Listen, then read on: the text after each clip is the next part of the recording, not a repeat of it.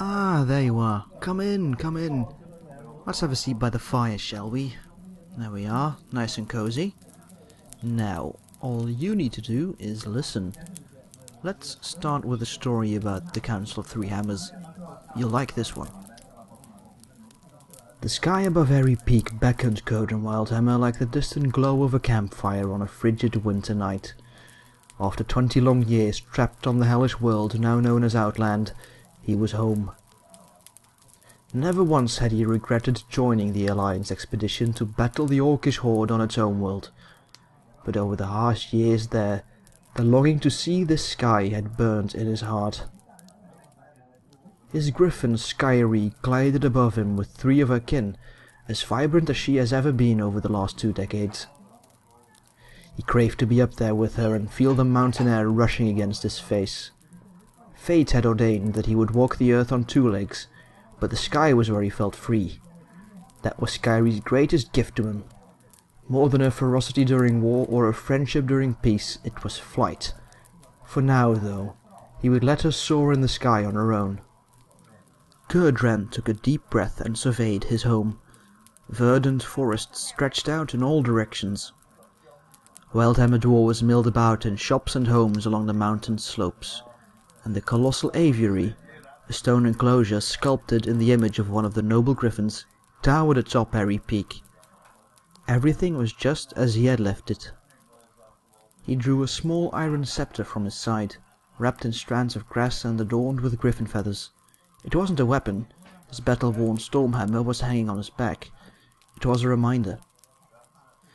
On Outland, the scepter had become almost mystical in nature, a symbol of who he was and the home he was fighting to protect. Many times he had held it close and felt hope surge through him, driving him forward. Yet now that he was home, the scepter's potency seemed... A shrill cry pierced the air. Kurdran looked up, and a pang of fear stabbed him. Skyrie was spiraling toward the ground, her wings twisted in unnatural ways. "Skyrie!" Kurdran bellowed. The griffin slammed into the ground with a sickening thud. Jagged bones protruded from her shattered hind legs, and blood spurted from a vicious crack in her skull. Skyrie attempted to rise, but she crumpled from the pain. She opened her beak, and a frail cry escaped from it. "Dinna move, lass!" Kurdran yelled. He was charging toward his fallen companion, heart pounding, when suddenly his hand went stiff. The scepter he held was bubbling and transforming into something chillingly familiar. Crystal. Diamond. Glittering tendrils shot from it and slithered up his arm, freezing his limb as solid as stone. The viscous substance reached his chest and expanded downward until it fused his legs to the ground.